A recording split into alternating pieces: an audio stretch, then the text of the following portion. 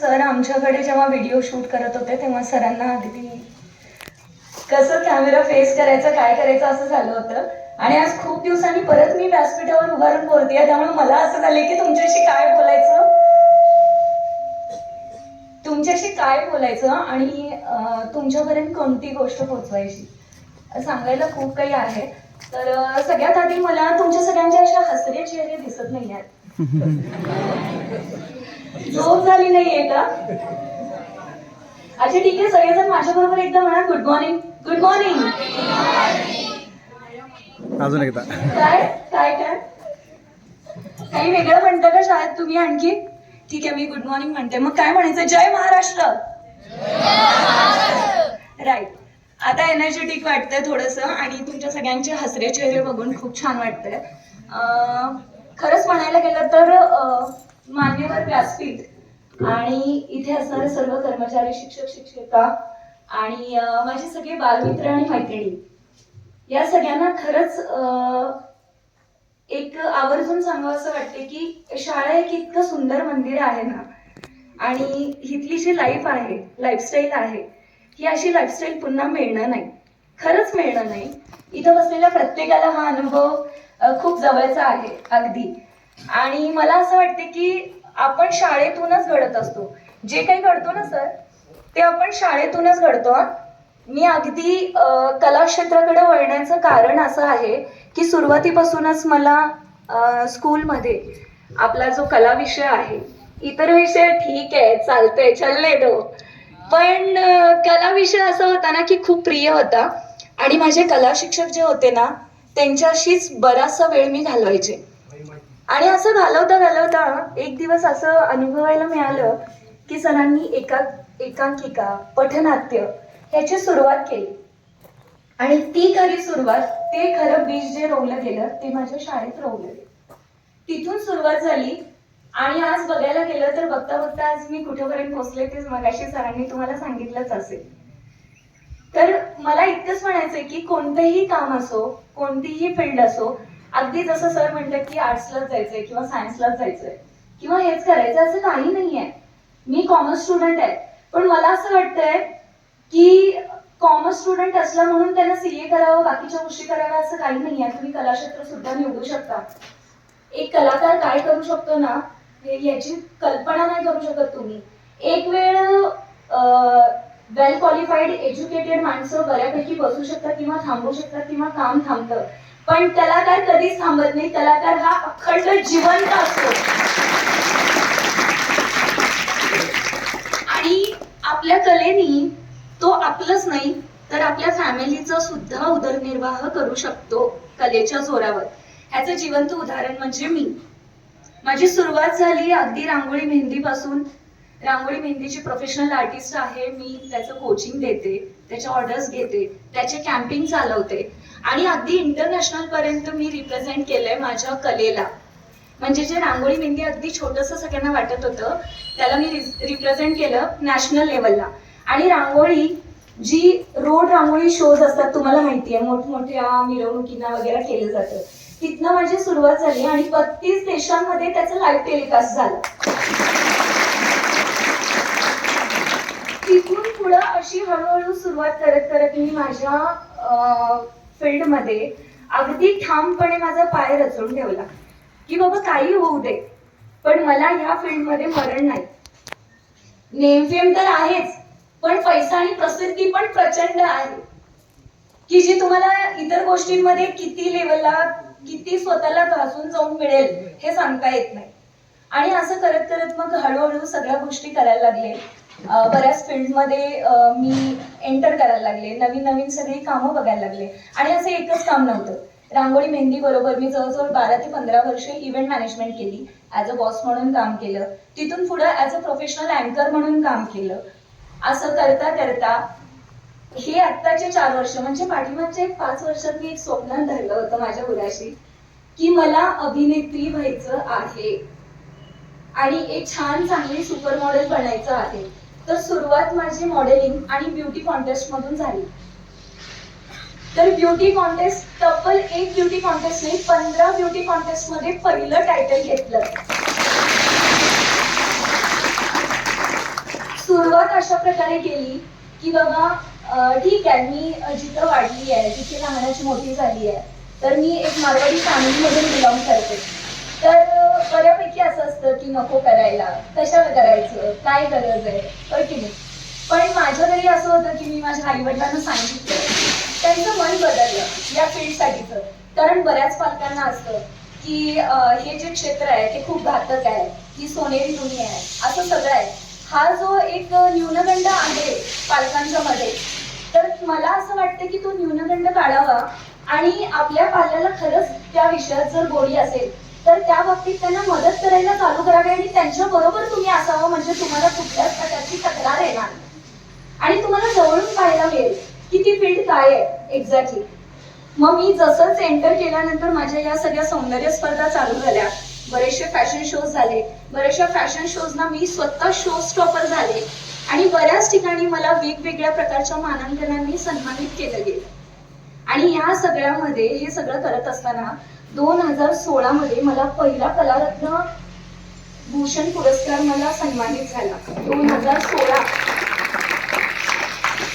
इथंच न थांबता परत 2019 मध्ये कलारत्न भूषण पुरस्कार आणि एकदा मिळाला. तर या सगळ्या गोष्टींची सुरुवात करत करत मी पोहोचले एक दिवशी कोल्हापूरला आणि कोल्हापूरला पोहोचल्यानंतर माझी ओळख झाली, जे अगदी माझ्याबरोबर खंबीरपणे उभे राहतात. माझं बॅकबोन म्हणायला हरकत नाही आणि माझे गुरुही म्हणायला हरकत नाही, ते मिस्टर किरण जेजुरकर, सिनेमा इंडस्ट्री. नक्कीच त्यांच्यासाठी खूप जोरदार टाळ्या झाल्या पाहिजेत.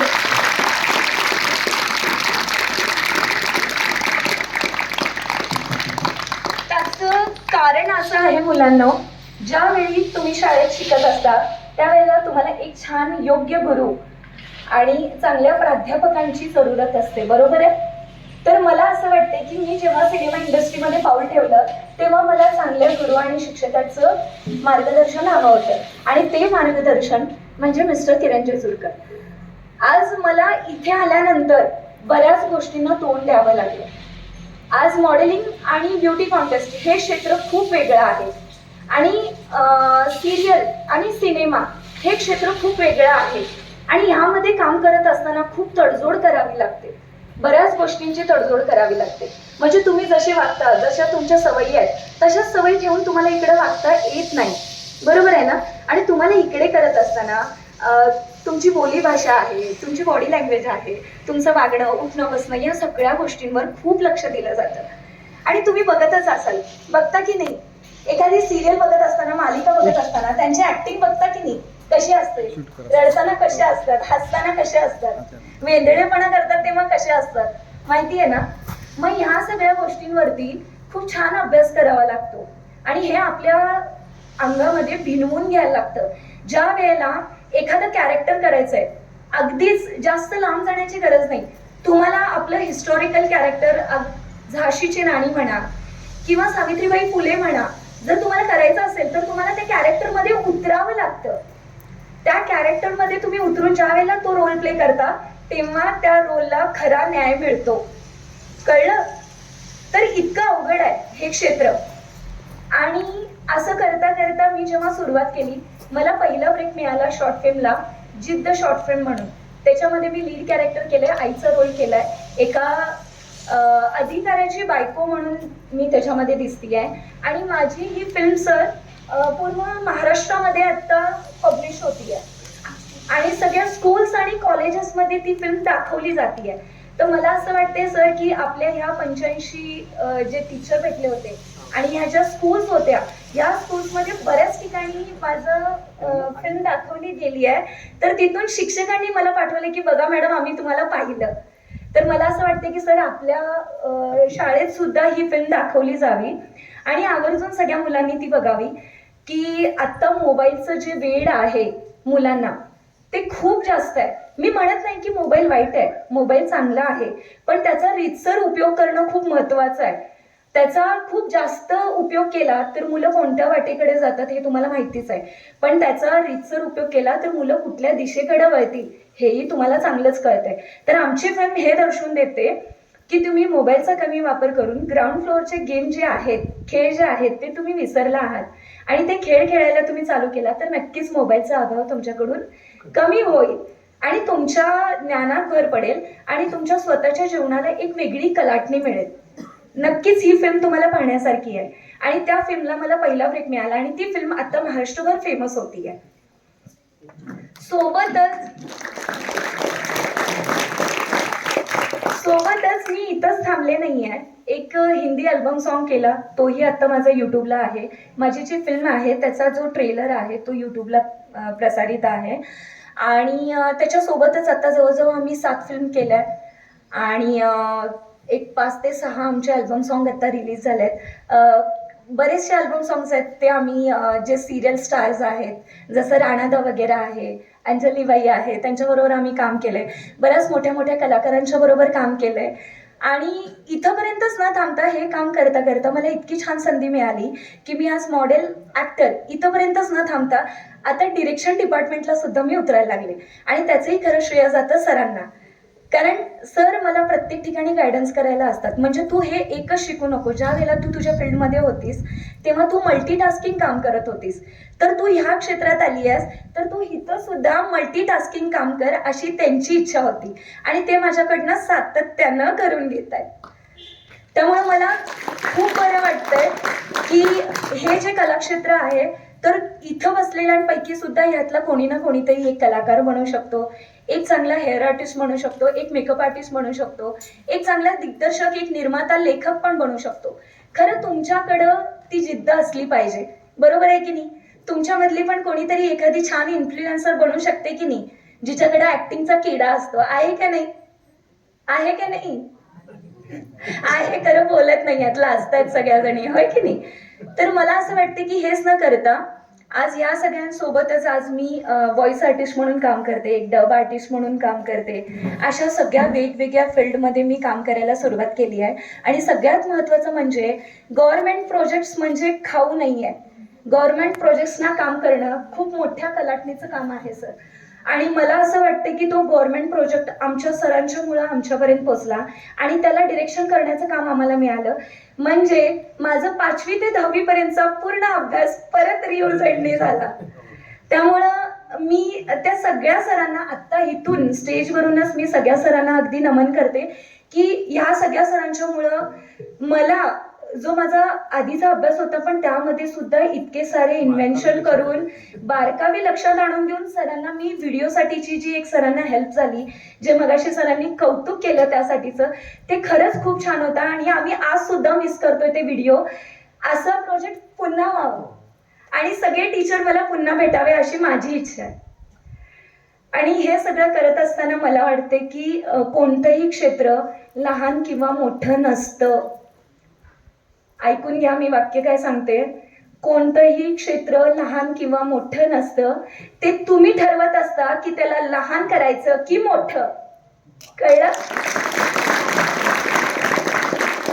आज आल्यानंतर सरांनी मला सांगितलं की आमची खूप छोटीशी शाळा आहे, आमचा खूप छोटासा गट आहे, आमचं खूप असं एकदम छोटंसं ज्ञान मंदिर आहे.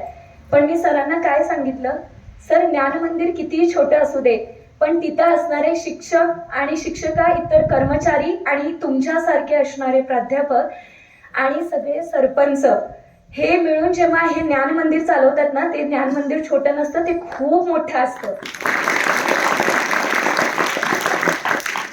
त्यासाठी मला असं वाटतं की इकडे येण्यासाठी किंवा आज मला प्रमुख अतिथी म्हणून तर बोलवलंच, पण त्याच्यासोबतच सर आणि कधी तुम्हाला असं वाटलं की बाबा शाळेत यावं आणि मुलांना काहीतरी गायडन्स करावा एखाद्या वस्तूसाठी किंवा माझ्या फील्ड रिलेटेड तुम्हाला काही गायडन्स हवा असेल किंवा तुम्हाला स्वतःला मोटिवेट होण्यासाठी, तुमचे विचार मला ऐकून घेण्यासाठी आणि त्याच्यावर तुम्हाला गायडन्स करण्यासाठी जरी सर तुम्हाला माझी मदत लागली तर मला नक्की शाळेत बोलवा. मला खूप आवडेल सर तुमच्याकडे यायला.